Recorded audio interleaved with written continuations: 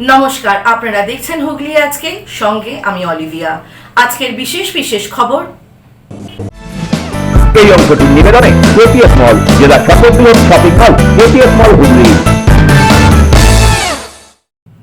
আসানপুরে ছেলে ধরার সন্দেহে গণপিটুনি কাণ্ডে দোষীদের সাজা ঘোষণা।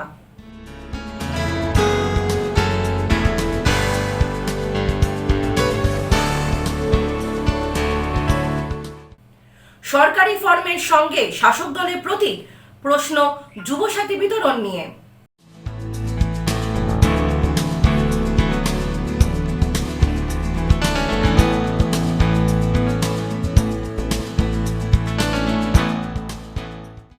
আসছি বিস্তারিত খবরে। বলাগড়ের আসানপুরে 9 বছর আগের ঘটনায় রায় 2 জনের যাবজ্জীবন, 23 জনের 7 বছরের সশ্রম কারাদণ্ড চুঁচুড়া আদালতে।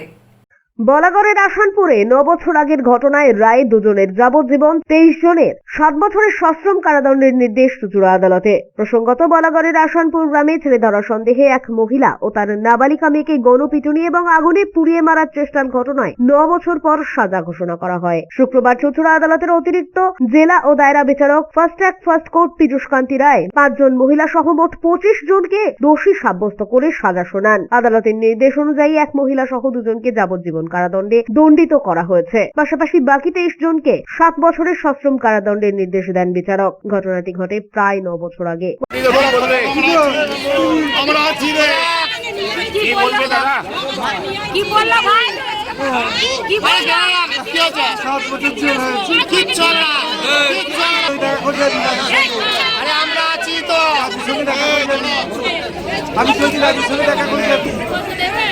আপনাদের কি ফাঁসানো হয়েছে?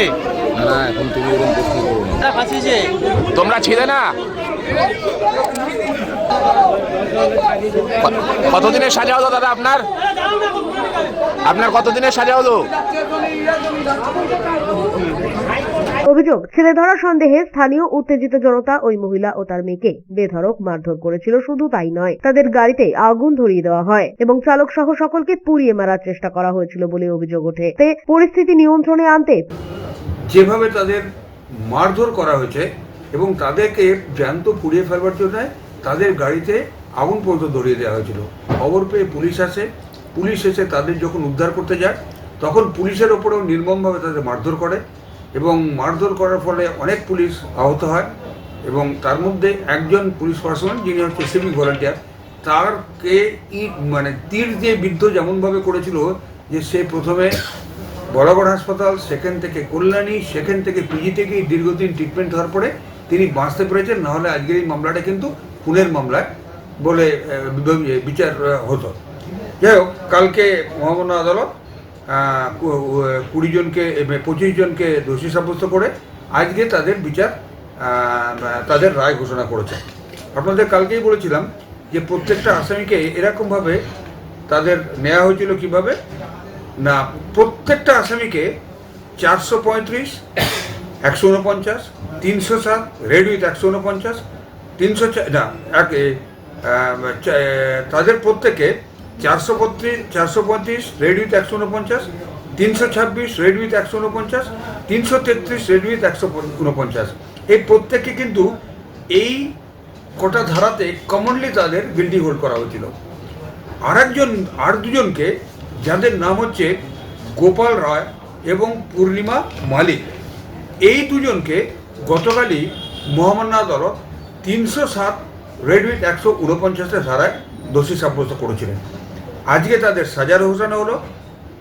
এই প্রথমে বলি, গোপাল রায় এবং পূর্ণিমা মালিক, যাদের 307 রেড উইথ 149 দোষী সাব্যস্ত করেছিলেন, তাদের মহামান্য আদালত যাবজ্জীবনের কারাদণ্ড দিয়েছেন এবং এছাড়া বাকি প্রত্যেককে অর্থাৎ 23 জনকে অন্য 3টে ধারায় 435, 326, 333 রেড উইথ 149 সেই ধারাতে প্রত্যেককে 7 বছর করে কারাদণ্ড দিয়েছেন এবং সেই সঙ্গে 5,000 টাকা জরিমানা।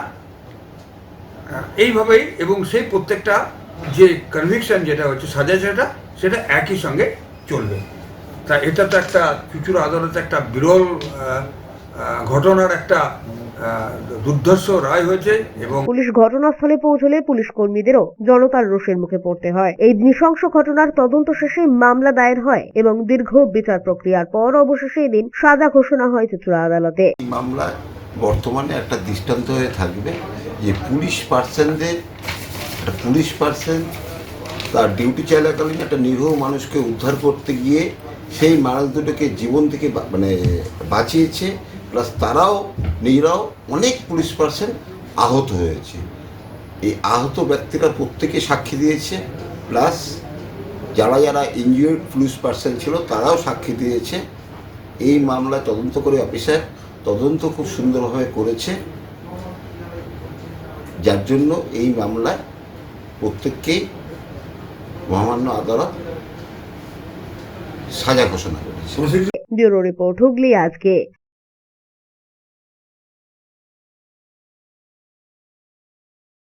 নেতাজি পার্ক গঙ্গার ঘাটে ঝাঁটা হাতে বিধায়ক, পরিচ্ছন্নতার বার্তা জনসাধারণকে।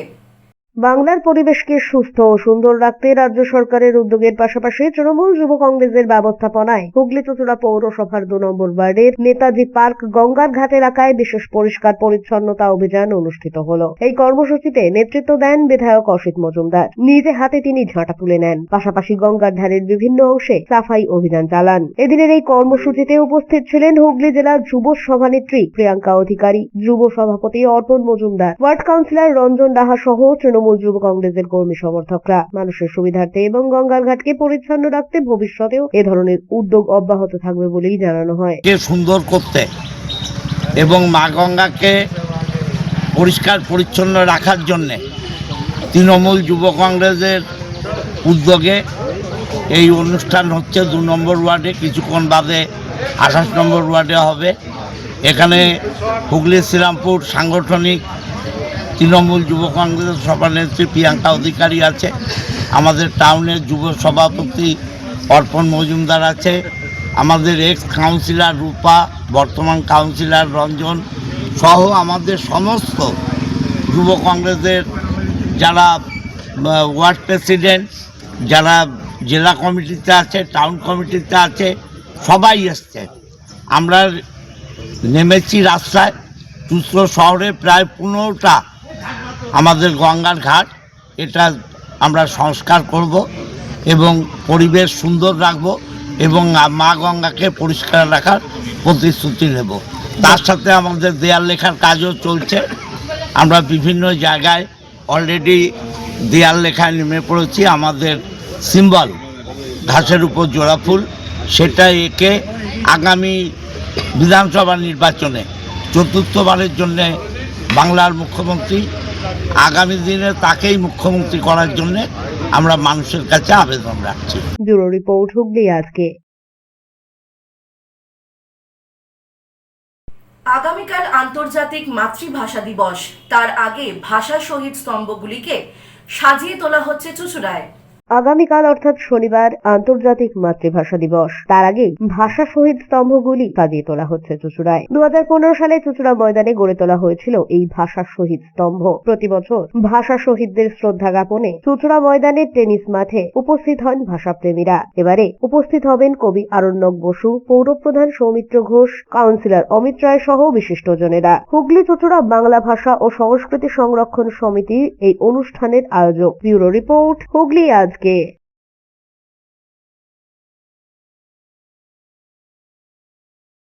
এখন নেব বিরতি। বিরতির পর থাকছে সরকারি ফর্মের সঙ্গে শাসক দলের প্রতি প্রশ্ন যুবসাথী বিতরণ নিয়ে।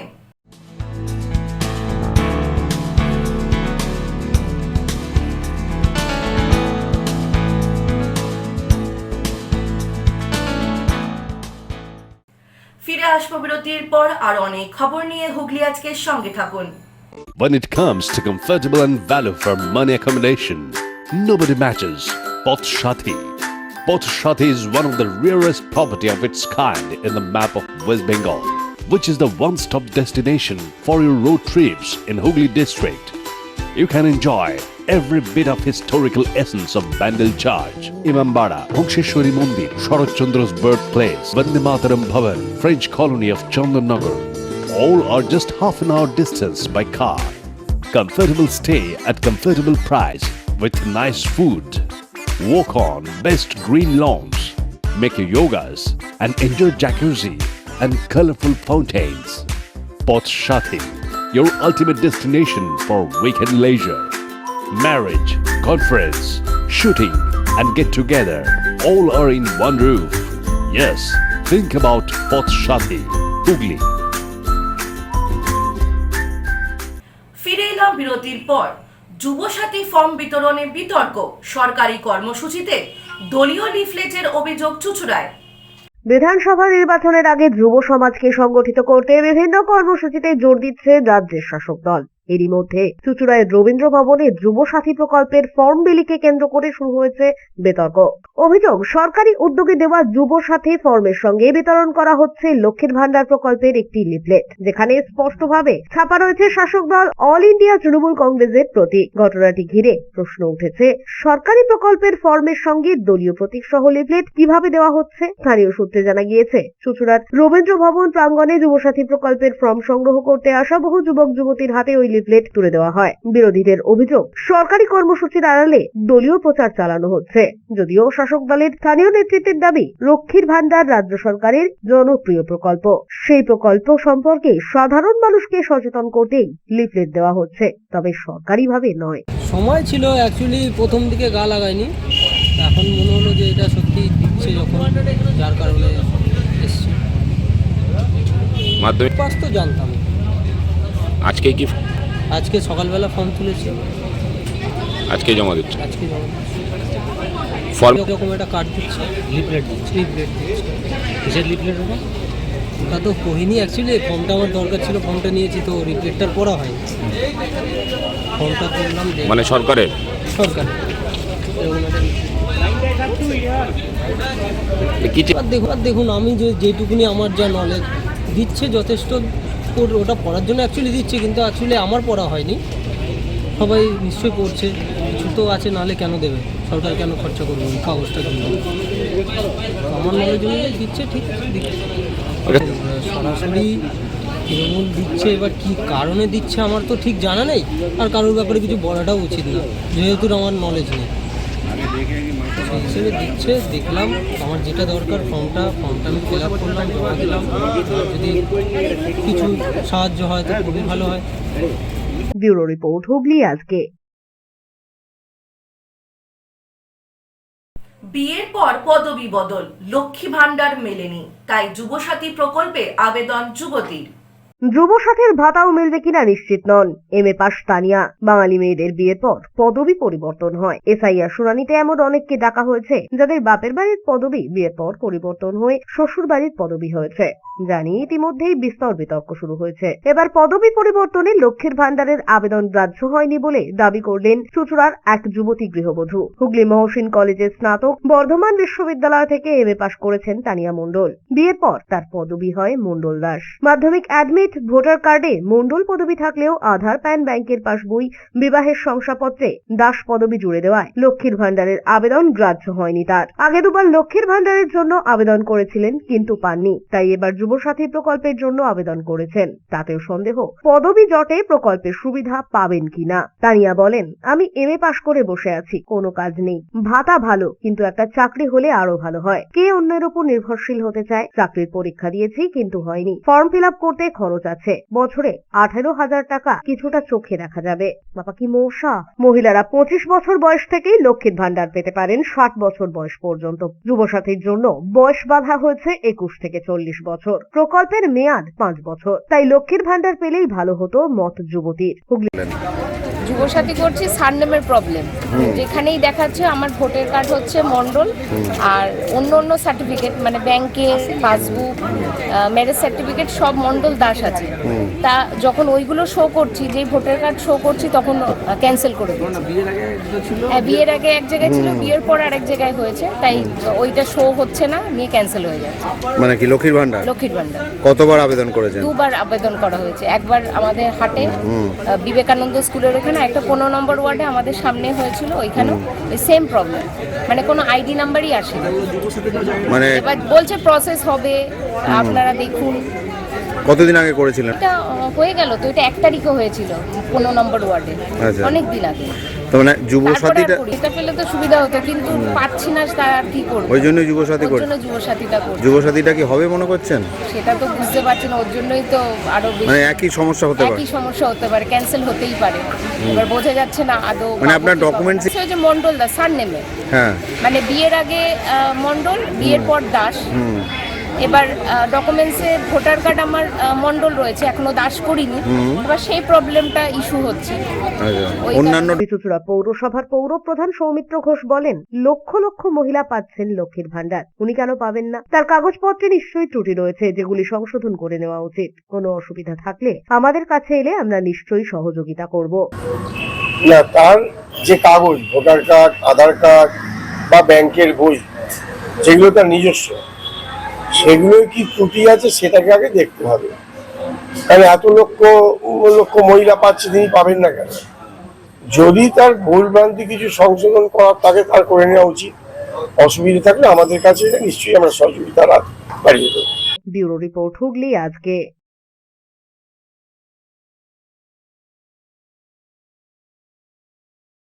ছত্রপতি শিবাজির জন্ম জয়ন্তীতে চন্দননগরে শ্রদ্ধা নিবেদন অনুষ্ঠান আয়োজিত হলো। ছত্রপতি শিবাজী মহারাজের জন্মজয়ন্তী উপলক্ষে চন্দননগরের ঝাউবাগান এলাকায় আয়োজিত হলো বিশেষ অনুষ্ঠানের। এই অনুষ্ঠানে এলাকার বহু মানুষ অংশগ্রহণ করেন। এদিন ছত্রপতি শিবাজীর প্রতিকৃতিতে মাল্যদান ও শ্রদ্ধা নিবেদনের মধ্যে দিয়ে অনুষ্ঠানের সূচনা করা হয়। ব্যুরো রিপোর্ট, হুগলি আজকে।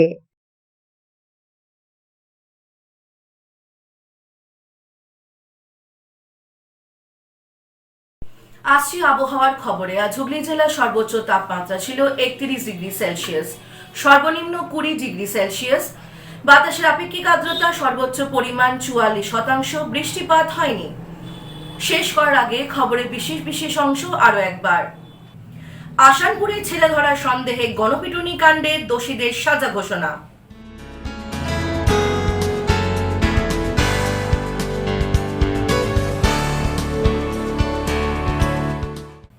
সরকারি ফর্মের সঙ্গে শাসক দলের প্রতীক, প্রশ্ন যুবসাথী বিতরণ নিয়ে।